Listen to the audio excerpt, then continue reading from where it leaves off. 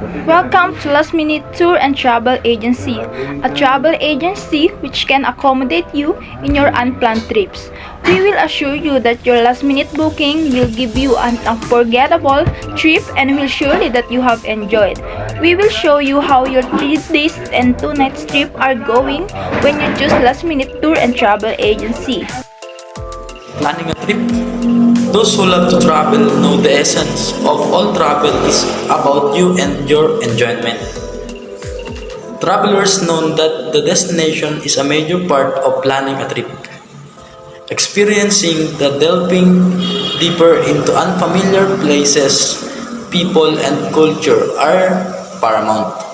Expand your horizon and set your sight to the Philippines, an off-the-beaten-path travel site, an undiscovered paradise made of thousands of islands and white sand beaches all around. A tiny dot in the map of the world, and yet a heaven for travelers, backpackers, retirees, and even passerby. So let's go in Baler province of Aurora. Museo de Baler. This museum display artifacts and painting about the history of Aurora. Exhibit the ethnic groups, Dumagat and Ilongot, and the photos and memorabilia of native son Manuel L. Quezon, the second president of the Philippines, and there is a section regarding the siege of Baler, with some film props from the local film Baler. And just in front of the museum is a monument dedicated to former President Manuel L. Quezon, and the things should know about this before visiting the Museo de Baler.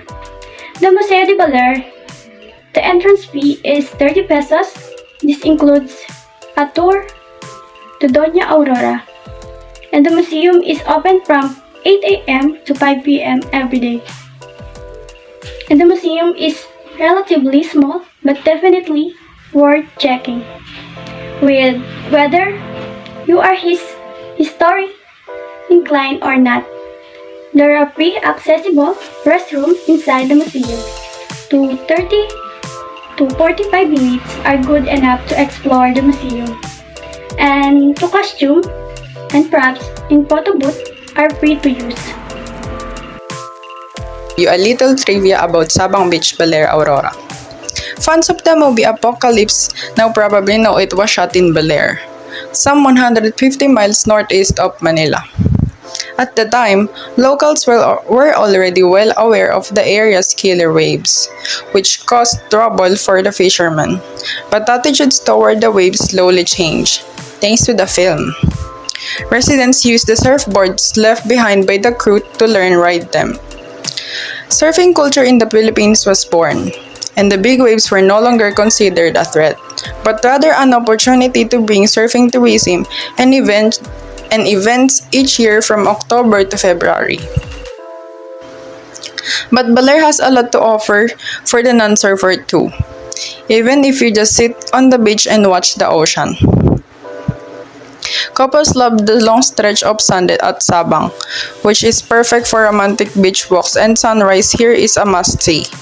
From a historical perspective, Baler is significant because it was the last stand of Spanish forces in the Philippines. The year-long siege that began in July 1898 is one of the longest in the country's recorded history. The undermanned Spanish troops, not knowing the war was over, held onto their fortress in the only stone building in the area, the San Luis Obispo de Tolosa Church, for 337 days. Amper Beach. Amper Beach is located in the municipality of Dipapulaw, Aurora in the Philippines. It is beach where tourists go not for swimming but for magnificent sight it has to offer. The beach is known for its smooth rock of various sizes and colors, massive waves, and breathtaking view sunrise. The beach area is called Bunga Point or Amper Point, where at a certain time local residents go to a cotton cave. To forecast the weather, the waves upon hitting the shoreline cave produce an explosion, the intensity of which, according to local knowledge, determines the intensity of the incoming weather. Amber Beach is approximately an hour travel from the town proper of Baler. From Baler town proper, you can either take a tricycle going to Sabang Beach and from there, hire a motorized bangka going to the site or hire a motorcycle and take the direct land travel going to the beach. Located a few kilometers outside Baler town proper and on the coastal road that runs all the way to the Casilarin Cove, Dikisit Beach is a favorite location for photography. Dikisit Beach is a perfect destination after visiting Ermita Bay. Unlike Sabang Beach, Dikisit has a pretty white sand, although much coarser than the former. The real attraction at this beach, however, it is a stunning rock formation making for a magnificent landscape shot. At least 3 islet comprise the rock formation known to the locals as Lukso-Lukso. One of the small islands is connected to the mainland and low tide you can see white green sand, crushed corals, and numerous seashells, some inhabited by hermit crabs. Knowing that Baler is one of the top tourist destinations in the country, finding a place to stay here is not a really big challenge, but of course it would be ideal and less hassle to book your reservations as early as possible.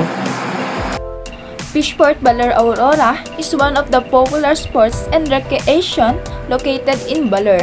Listed under local business in Baler Aurora, you can spend your time here on the second day morning, sipping your favorite cup of coffee while hearing the sound of waves and watching the constant amazing view of this place.